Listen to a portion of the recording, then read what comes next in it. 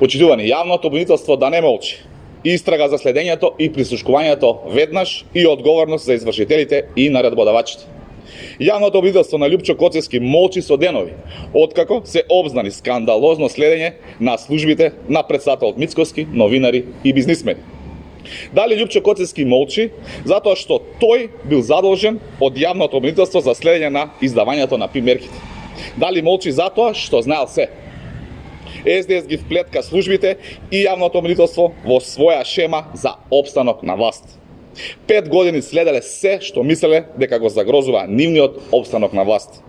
Одговорност за случајот мора да има. Јавното обвинителство и Љупчо Коцевски да не молчат, туку да почнат да даваат одговори. Ви благодарам. Доколку имате прашања, повелете. На прашање одложена е седмицата за разгледување на ово што го говорите на пресудите за АНП, кој е ставот на тие? Договорам, значи Комисијата за надзор над работата на АНБ и АРЕ одложена по она кое што јас го имам како информација од технички причини.